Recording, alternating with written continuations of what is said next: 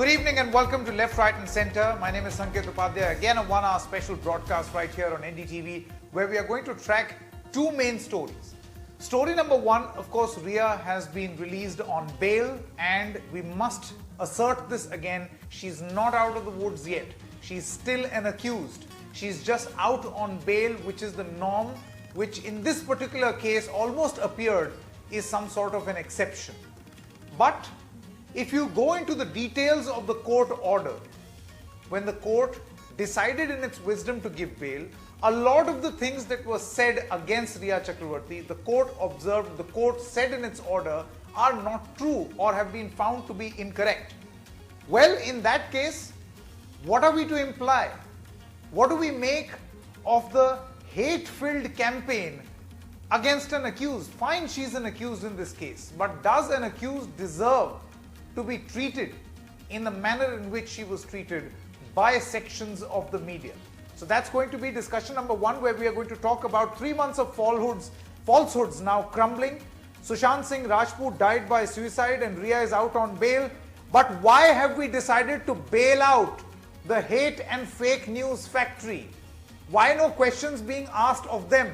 And today, for the next 30 minutes, we are going to focus on that only. Now that she's out on bail, now that there has been a forensics expert team which has concluded that Sushant Singh Rajput died by suicide and not by murder, why not call out these fake news TV news channel agencies?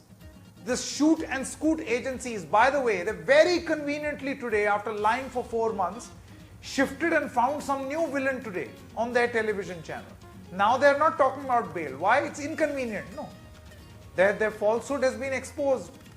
So we will ask a legal question on what exactly can be done against these merchants of hate, the hate-for-profit media merchants.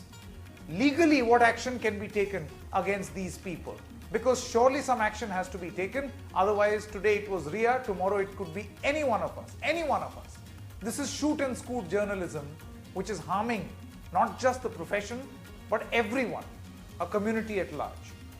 Story number two, we'll also be speaking to Rhea Chakravarti's lawyer. He'll be with us in about 25 to 30 minutes. Satish Manchinde on bail and beyond. And remember, he has been saying this again and again, let Rhea come out on bail and we'll not spare anyone who has launched this misinformation and malicious campaign. What really is his plan? We are going to ask him. And also, murder versus suicide. What is the reality? So there is a Cooper Hospital report, then there is an AIIMS forensic experts report, then there is a CFSL report. All of them conclude that this was death by suicide of Sushant Singh Rajput and not murder. But now Vikas Singh, who's the lawyer for Sushant Singh Rajput's family, he says that no, we think that there is something wrong and we want a reinvestigation. The fourth to ascertain, he has his strong grounds, but he says a fourth to ascertain whether he was murdered or was this a death by suicide. So why is this still on as a debate? That also we are going to discuss in just a short minute. Why is this debate still unsettled? But let's quickly come back to the first point. And before I start this very crucial discussion, because this is a discussion related to the future of not just journalism, but future of how things are going to happen in this country as far as media coverage is concerned and as far as how we are going to participate in processes, in accountability in this country, or it is acceptable to all of us to have shoot and scoot mechanisms functional in this country. Let's quickly take a look at what the court has observed, and this is very, very significant. A lot was said about Rhea Chakravarti, on which in the bail order the court has said that Rhea is not part of any chain of drug dealers. Applicant is not guilty of any offense involving commercial quantity, not guilty of financing illicit trafficking and drugs, no other criminal attendees against Rhea, antecedents, beg your pardon, against Rhea, hasn't forwarded drugs to somebody for monetary benefits, reasonable grounds to believe she's unlikely to commit any other offense while on bail. Rhea's act can't be stretched to attract the allegation of harboring drugs for Sushant. In the present case, no criminal case or FIR was pending against Sushant. No special liability or privilege for celebrities and role models before the court of law.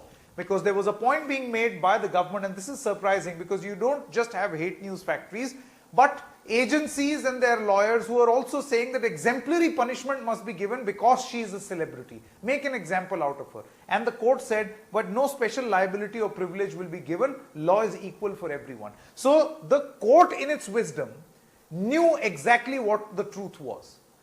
Again, we are repeating, she's still an accused, not out of the woods yet. She has to be treated like an accused. But the falsehoods are now crumbling. And does a person or should people pay the price for this? Let me now quickly introduce all my guests. We have a very, very eminent panel as of this moment. I have Kanika Sadanand. Thank you very much, Kanika ji, for joining us with your views. In just a short moment, you'll be joining us. You're an actor and you're also a lawyer, so double the experience that we are going to get. Ujjwal Nikam, public prosecutor, is also with us from Mumbai. Mayank Shekhar, critic and columnist, joining us from Mumbai. P.K. Jain, former Mumbai Police Commissioner, is also with us, and Abhishek Tripathi, filmmaker, writer, columnist, and also former head of the social media and IT cell of Mumbai BJP.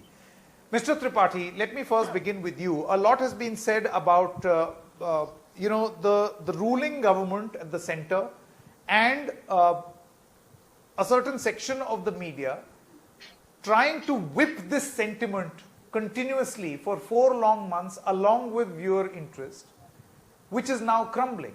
And this is not me saying this.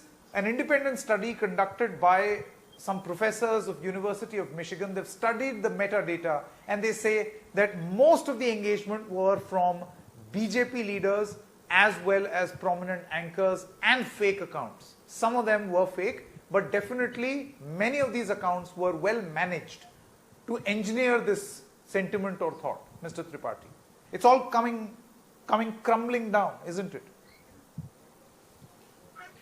No. Let's go by the merit of the case. There was a certain proof by the WhatsApp messages which NCB found, and they are the one who initiated this kind of inquiry against Rhea, and none of the news channel on BJP, allegedly from BJP, who were writing on social media because of them that she was in the jail. She was behind the bars by the court of law. So, putting it in such a way that all these people are responsible that she was there in the jail is not true. She was there inside for the reason NCP had the legal reason. The judiciary thought that she should be there. Her bail was denied earlier, and today High Court granted her the bail. So it is a legal procedure. I think we should stand by what is happening just by the merit of how it's happening. I don't think we should question anyone by the media, because everybody is doing their job. And we cannot really comment on the people I think this is the right time to question. No, Mr. Tripathi, I think that this is the right time to question, because while you're right that initially the bails were denied by the courts, the very courts, and she was sent to jail or ordered to be sent to jail by these very courts, but the allegation, and that's the process, by the way, courts don't immediately grant bail. Let me remind you. So when certain allegations have been made, they will take certain decisions. But after 1 long month, the court in its order today, and I'm sure you must have read the order, has found that all those mega allegations that were leveled are not really true. At the same time, the court has asked her to furnish the passport. She cannot leave the country. There is a reason why the court has said that. At the same time, the court has said to report to the local police station for next 10 days. There is a reason why the court has done that. There is a reason why she is still an accused who's out on bail. Sure. Ujjwal Nikam, I want to come to Ujjwal Nikam first now. Mr. Nikam, you've heard what Abhishek Tripathi has to say. He says that, see, court has not allowed passport. They've said don't travel abroad. I don't know who's going to travel in these COVID times, but still. And then he also says that this is due process of the law being followed. This is not the right time to question. My point is the manner in which this campaign was launched. It was a sustained campaign of which there were many important parts, and a very crucial part was played by a section of the media. Today is not the day to be shy about this. The point is that significant damage was done not just to reputation, but to journalism also. I want to know from you, legally speaking, do we have any right in this country to protect ourselves? Today it's Rhea, tomorrow it can be anyone. It could be Ujjwal Nikam also. Yes. How will you Sanket, protect yourself, Mr. Nigam? Sanket, that is exactly what we do call it as a media trial. Time and again, the Supreme Court has said the media should have self-restraint. But my moot question is to everyone that whether media itself have that restraint, self-restraint, answer is no.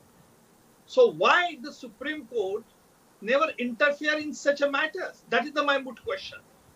So in fact, this matter was brought up in such a manner since last 3 to 4 months. We are seeing and watching also that everywhere the same issue was cropped up and same issue was discussed. People were used to call on the channel. They used to cross-examine. They used to hold the exemption. Whether it was the proper, just, or whether in the interest of the accused or against the interest of the accused, that is the moot question. Therefore, I would say this is exactly what we call it as a media trial. Quite apart from the order of granting bail to Ria, that is a separate issue. I don't want to comment upon it because the matter is sub judice. But by granting or rejection of a bail, that is the total discretionary power of the court. And the court has to formulate a prima facie material. Whether in this case, whether there was a prima facie material to connect Ria Chakravarti with the crime or not, again that issue is pending. The moment she has been released on the bail, it doesn't mean that she has been absolved from the criminal liability. We don't know what NCB is going to find out. We've said at the very beginning. We've said at the very beginning she's still an accused in the eyes of the law. This is just bail. Correct, Sanket. But I do agree with you to some extent that we should not hold a media trial. You see, otherwise the celebrity will require to pay the price of its celebrity. No, Mr. Nigam, my question is different. Yes. Mr. Nigam, my question is different. Mr. Nigam, my question is that at this moment in this country, you're all lawyers, very seasoned lawyers. Is there any provision where an Ujjwal Nikam can protect himself against this absolute madness? Absolute madness. I mean, tomorrow there'll be a sustained campaign against you. What will you do? Sanket, there is a provision. I can approach to the High Court. Similarly, in this matter, some section of the people have approached to the High Court also for restraining the media from holding the media trial. But the court did not grant a relief. That is the whole problem. See, when the court said, no, we can't restrain the media, it's supposed to be one of the pillars of the democracy. And that is the reason as to why the media was not restrained. Not when one of those pillars has gone mad. No. See, the point is that it's a very important pillar as long as it shows a mirror to society. But if there will be a sustained campaign like this of absolute madness for 3 to 4 months, then what do you do? So one point that Ujjwal Nikam has mentioned, that you can ask for a restraint order, that media must practice restraint. Kanika Sadanand, I want to come to you. Ms. Sadanand, what do you think? How can people of this country protect themselves? And I'm not talking about the powerful. Today it is someone powerful, someone who's an actor, right? All sorts of things happening. Misogyny was happening. You had painted that girl into God knows what. None of those allegations have been proven so far, right? This can happen to the poorest of the poor also. And they will have no chance whatsoever to be able to defend themselves like a Ria is doing. So what do we do? It is happening to the poorest of the poor right now. Even the heartless victim is being defamed after her death. Now, coming back to the Ria Chakravarti case, I want to say, I was very, very disappointed when the matter went to the Supreme Court for the transfer to the CBI. I expected the judge, even as an obiter dicta, just to say that this is not on and the media should restrain themselves. There was not one sentence, as Mr. Ujjwal Nikam said, that that's disappointing, that the court did not say it. And that was the point when they could have said it, because there was already so much happening in the media before the CBI came into the picture. The second thing is, I feel that the media trial has actually pushed this NCB to put that 27A section on Ria. Because technically, after the 2001 amendment of the NDPS Act, if you look at it, that 27A, it's very clear that the quantum of the material that is in possession or that has been confiscated when the raid happened, that is very important. They did not find anything in the possession of Ria. Secondly, the financing, which they have mentioned. Financing can only be done if you've got monetary gain. There was no monetary gain shown. There was no monetary gain proven. And the court, in a 70-page order, has threadbare, it dissected the whole thing. And I think it's going to be very difficult for NCB to now, prove all their charges that they put against Ria. And it's actually, they have mud on their face because it was done in such a hurry. It was definitely done with persuasion from the media, and there was a bias because of the media that was happening in the media. So and most important, the media is supposed to be responsible. I don't even think we should call these news channels anymore. They are actually third grade entertainment channels. And this everyday hashtags and breaking and khulasa, is this the way a media channel is supposed to behave? In today's day and age, when we are not getting any information, when our leaders are not doing press conferences, we depend on the media to give us the truth. No, but then Kanika Sadanand, the argument that is given is people are loving it, people are lapping it up. I mean, there are mails that are circulated in the newsroom saying that people are lapping it up. Because people are they're enjoying sitting at home, jobless, and they want entertainment, and this is the only panacea for their depression or their sad state of affairs, and they're getting diverted. And unfortunately, for the last 6 years, we are being diverted all the time. There's diversion tactics all the time.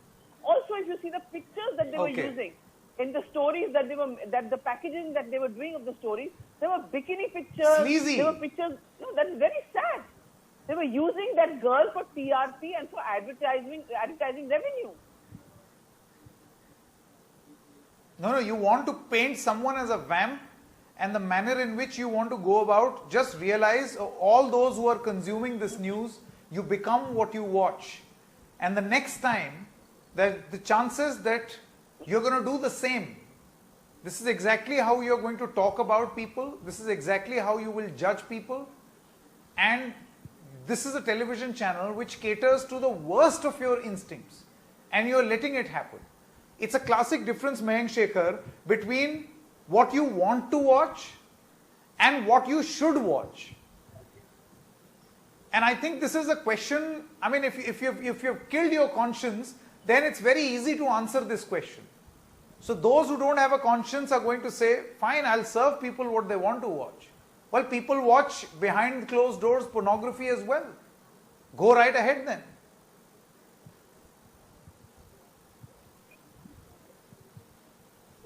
Mayank Shekhar. Sure. I mean, I absolutely agree with you, Sanket, in the sense that calling this journalism or calling it even media trial is very generous. Sure, it's entertainment. There is no doubt about it, and which is why people have been attracted to it over the past 3 or 4 months. But then their ratings should then be clubbed with entertainment channels, GECs, and that's where their real standing will come out. In that scale... No, I'm wondering what is the legal action? Is there any legal action that one can expect? See, ratings, clubbing, entertainment, tamasha, all of that is fine. See, we were at that place about 10 years ago. When very famously things were said that, I'm competing with Kapil Sharma and all, that's fine. Now it has gone beyond that. Now it's affecting lives. Tomorrow it could be you, Mayank Shekhar. Yes, I mean, see, there is that one format, right? The news debate format where you take any story and that's supposed to have two sides. And then there is the news anchor who aligns with one side and starts calling the other side mafia, underworld, Dawood's team, etc., etc. I think what happened in this case was even beyond, purely because a lie does not have two sides. And a lie was concocted for 2.5 to 3 months to drill murder into a suicide case. And therefore, there has to be, in the court of law, someone being held responsible for it. The fact of 80,000 fake trolls from troll factories abroad being put into this, there has to be someone behind it. I think that needs to be investigated. The fact of asking for Ria's arrest as a hashtag, right, where no charges have been proven, there has to be someone behind this to be doing it. What was the motivation of these channels that needs to be established? Because I don't know about the crime being discussed in the case of alleged suicide of Sushant Singh Rajput. What I do know is stuff that they've said is purely criminal intent by way of defamation. And I think very interesting word, Mayank Shekhar, that you have used. Very interesting word. The manner in which they went about, there was a criminal intent. Mr. P.K. Jain, I want to come to you. Where is the suo motu cognizance as far as these cases are concerned? Otherwise, we are willfully building a nameless, faceless mob. This is mobocracy. And the next target could be you or any one of us. But the only thing is that who's going to lodge a case? See, the affected party in this case, Ria, her brother, and some other persons, they could have gone to the court, as my friend Mr. Ujjwal Nikam has said, that they could have obtained a restraint order. The second option was to file a case of defamation against them, which are again very long drawn processes. But some of these processes are time tested and effective. So if you expect the police to take a suo motu cognizance, they will not do it. Now, who's the other party? That is the person who is concerned and who's affected. So in this case, I'm sure that Ria will also explore those options of filing a defamation case or filing restraint is now out of question because it's already gone beyond a point. But one thing I can dare say that I have been on some of these channels, at least a couple of them. The moment you start speaking sanity, they will not allow you to speak. Whereas a person who is criticizing the system, who is criticizing the police, the local administration, politics, etc., they would be given unlimited timeshare in those chat shows. So what I realized was that it was all being done with an agenda, and it was Mr. Jain, of course it was an agenda. Of course it was an agenda. Now, whether it was as harmless as TRP, which is not harmless, as has been asserted, or was this a larger political design, I do not know. I am not going to get into this. But the intent was criminal. It's very clear. And now we're well past that time where we'll say that news has become tamasha and all. It was tamasha for a very long time. Now it is seriously damaging. I mean, it's difficult for any one of you, if I were to ask you, would you sit with your children and watch the news? I am sure the answer is very, very obvious. So, Mr. Abhishek Tripathi, I want to come to you now and ask you this question. Will you or will you not want a country with news that will hold people accountable and not do tamasha like this? That for 3 months, they will be shooting non-stop, and then when your falsehoods will fall flat, then they'll be scooting. Like today, when the bail happened, suddenly there was a fresh villain. You know, this is how the hate model works. You lock a villain, go after him, and then after 3-4 months, find the next villain, then next villain. Keep finding these villains. That's the business model. It's criminal. Now the CBI. See, Mr. Vikas Singh should actually write a report on behalf of AIIMS and ask the doctors to sign on the dotted line. That is what these people intend to do. The moment somebody tries to bring the truth to the fore, they start attacking that person concerned. This is what is happening ever since the investigation was being done by Mumbai police, by the team from the team of doctors in Mumbai, now the team of doctors in AIIMS. There are 12 doctors involved. I mean, do they mean to say that everybody is involved in this falsehood? It's absurd. Absolutely even absurd. If that were to be true, even if I'm saying that, question everything. That's the basic fundamental principle in a democracy. Question everything. Nothing is beyond question. But Abhishek Tripathi, I want to know that now people are openly talking about a criminal intent behind journalism, criminal intent behind fake Twitter handles. The allegations that are always used in Uttar Pradesh, that there is a criminal conspiracy, international plot. Here, isn't it very obvious? Why don't you ask for action here? Yeah, Sanket ji, I completely agree to an extent that this was happening, should not happen to that extent. But since we are talking about media trial is happening ever since. This is not the first time that it is happening about Ria Chakravarti's case. Remember, we have a very, very immature, illogical politician who himself is out on bail called Rahul Gandhi, was saying Chaukidar chor hai. And Rafael lies that he was spreading across the country just before 2019 Lok Sabha election. So there was a huge media trial against our Prime Minister. Nobody was questioning it then. There was a huge media trial and so many other cases. Nobody was concerned then, but everybody is concerned now. My question is, why is it so important? Why is it to so many people? Why it's hurting so much? Kanika Sadanand wants to come in. Let it take it as a normal case. Let us take this I as believe a normal. Ms. Sadanand wants to come in. Yes. Mr. Abhishek, Yeah, but my just Punika ji, case filed against Mr. Rahul Gandhi on this same thing. and I think it is sub judice. It's at the moment in the Supreme Court. So I don't think that it's just they've just let it go and gone scot free. And secondly, most of this was not done by the media. It was done on Twitter, and it was done because there was lots of bots created on both sides. So and he was pulled up by the court as well. He was pulled up by the court as well to have misquoted the court. And also, I want to tell you that this is a new trend. This Twitterati and this politics on Twitter and this making statements and not coming out and speaking, that's the reason why media is getting this free hand.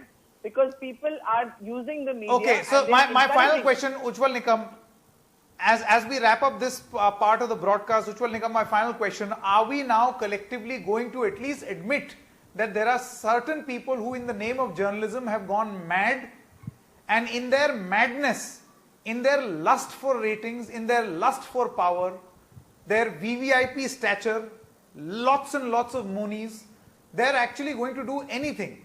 And this is nothing but criminal. The path that they've chosen for journalism is criminal. Can anything in this law, in this country's law, stop this? Or are we to just sit back and Sanketji, unfortunately, we don't have such a strong law which would control such activities. But suffice to say, now it is a high time that we must have such a legislation. It is not the only Ujjwal Nikam said, but the most of the sane people are saying that we must have such a law that we should control such type of propaganda, anti-propaganda without any proof, so that a respectable person can have the redress. You see, I can understand that every celebrity requires much time to maintain such status. And one day and one fine morning, if you are vanishing, destroying it without any strong proof, then this would be very damaging. And I totally agree with Kanika ji as well as my friend Mr. Jain. So we must have such a strong law, and it is for the apex court also to lay down the guideline. Running out of time. I think we've got a sense from all the panelists as to what they want to say. Abhishek Tripathi, PK Jain, Mayank Shekhar, Ujjwal Nikam, as well as Kanika Sadanand. Thank you so much for joining us. We're stopping for a short break. See, the problem with mad journalism is that it is like a medicine dose. Today you will do 100 mg madness, then you will do 300 mg madness, then 500 mg madness, then 650 mg madness.